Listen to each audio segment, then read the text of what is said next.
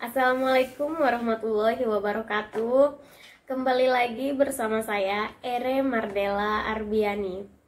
Pada pertemuan kedua ini saya akan membahas tentang bahasa, kemudian bahasa Indonesia, kedudukan dan fungsi bahasa yang terbagi menjadi ragam berbahasa dan sikap berbahasa.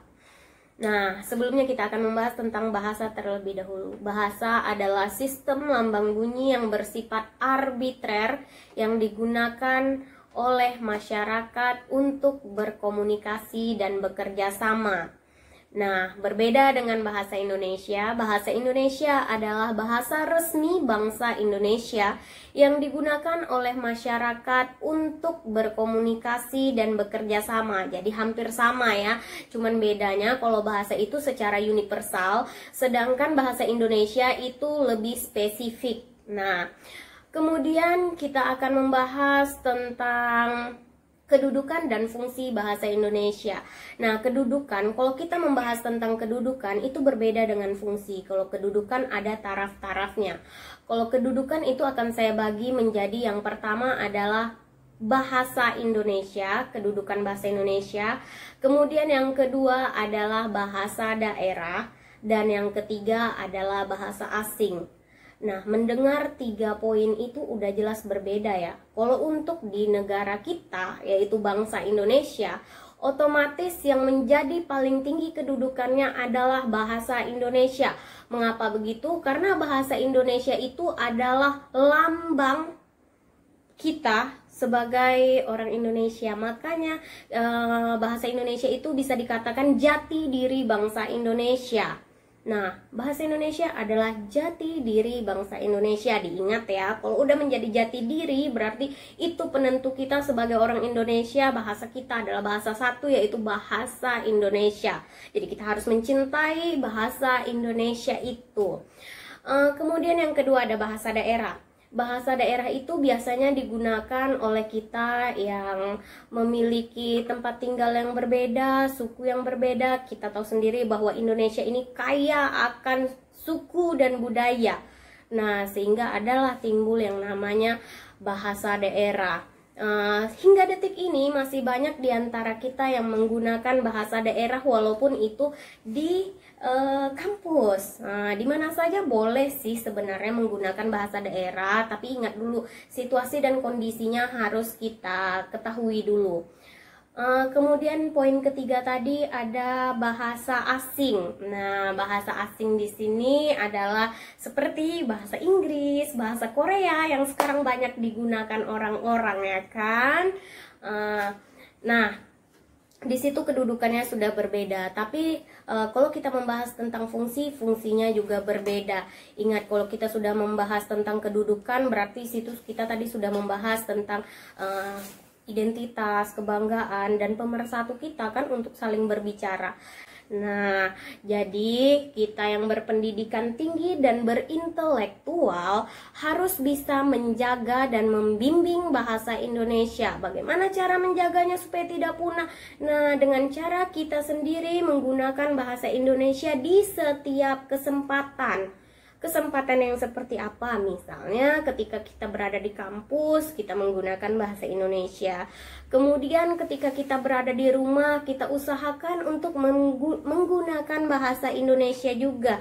Jangan terlalu sering menggunakan bahasa daerah. Itu supaya apa? Supaya kita bisa membuat orang lain juga mengikuti kita menggunakan bahasa Indonesia, supaya bahasa Indonesia tidak punah di Indonesia ini. Bayangkan ya kalau bahasa Indonesia punah, nanti lama-lama kita tidak ada identitas diri kita, tidak ada jadi jati dirinya.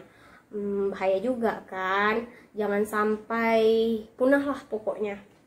Kemudian kalau kita membahas soal fungsi bahasa itu ya tergantung lagi kita membahasnya di mana seperti itu. Kemudian kalau misalnya kita membahas tentang ragam bahasa itu terbagi lagi tergantung Misalnya medianya, kalau media itu kan terbagi lagi tuh, ada lisan, ada tulisan. Nah, kalau lisan itu contohnya seperti ini. Ketika saya berbicara, itu adalah lisan, ragam lisan.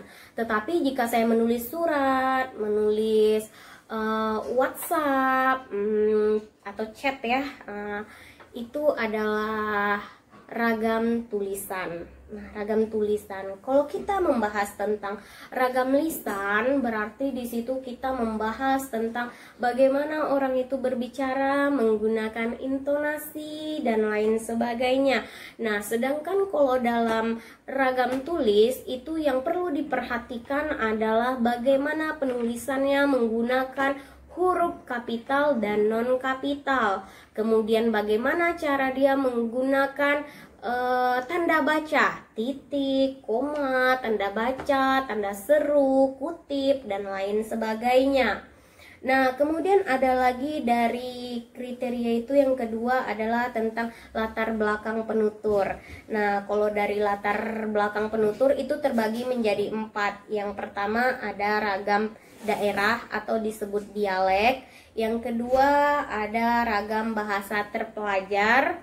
Yang ketiga ada ragam bahasa resmi, dan yang keempat ada ragam bahasa tidak resmi. Kalau kita membahas ragam daerah, berarti di situ kita dapat membedakan ragamnya itu berbeda dari setiap daerah. Kenapa? Karena kalau misalnya dari daerah kan, itu cara dia berbicara itu berbeda dialeknya, itu akan ketahuan. Misalnya saja ketika kita ingin mengatakan minta susu, nah, itu kalau misalnya orang Melayu mungkin bilangnya lebih lembut, minta susu. Nah, berbeda kalau contoh dialek orang Medan, minta susu. Mungkin seperti itulah, lebih dan kurang. Saya juga tidak bisa berdialek bahasa Medan ya, karena saya juga bukan orang Medan. Kemudian kalau misalnya kita membahas tentang ragam bahasa terpelajar, berarti di situ akan terlihat, oh ini anaknya dari pendidikan apa ya, itu akan terlihat, dan kosakata yang digunakannya pun itu lebih tepat, seperti itu. Jadi akan terlihat. Tapi kalau misalnya ragam bahasa resmi itu akan terlihat dari isi pembicaraan atau pada penulisannya, itu dia menggunakan baku atau tidak baku. Nah, bahasa Indonesia yang baku atau tidak baku itu berbeda lagi. Ya, kalau tidak baku itu lari pada ragam bahasa yang tidak resmi. Biasanya kalau ragam bahasa tidak resmi ini ya kita gunakan ketika sehari-hari, seperti itu. Kita bebas menggunakannya, kadang kita menggunakan bahasa yang halus, bahasa yang kasar, kadang kita gabung dengan bahasa daerah, ya seperti itulah. Kemudian kalau kita membahas tentang kriteria ragam, itu yang ketiganya adalah pokok persoalan yang dibicarakan. Nah, kalau kita membahas tentang pokok persoalan yang dibicarakan, itu dapat dibedakan menjadi bidang-bidang ilmu pengetahuan dan teknologi. Misalnya ada ragam bahasa ilmu, ada ragam bahasa jurnalistik, ada ragam bahasa sastra, ada ragam bahasa hukum, kemudian ada tentang kedokteran. Nah, jadi yang dibicarakan di situ berbeda-beda. Kalau misal orang hukum memiliki bahasa hukum tersendiri sehingga orang lain tidak akan tahu kalau orang awam ya. Misalnya saya ragam bahasa sastra, nah mungkin hanya orang-orang sastra yang memahami itu. Tapi kalau saya berbicara ragam bahasa sastra kepada orang hukum akan kebingungan. Kemudian kalau kita membahas tentang sikap berbahasa itu tergantung orangnya menilai seperti apa. Kalau penilaian orang itu positif, otomatis dia akan memiliki suatu kebanggaan tentang bahasa Indonesia, kemudian kesetiaan dan kesadaran bahwa ia harus menggunakan bahasa Indonesia di setiap kesempatan. Nah, tapi jangan pula ketika kalian berada di pasar, kalian ingin menggunakan bahasa Indonesia yang baik dan benar. Itu salah. Itu baik bukan berarti benar. Nah, bayangkan saja seandainya Anda ke pasar, kemudian kamu membeli kol, kemudian nanya, berapa nih harga 1 kilo kol Bapak? Berapa harganya? Ini uang saya ada 50.000, kembali lagi sekian.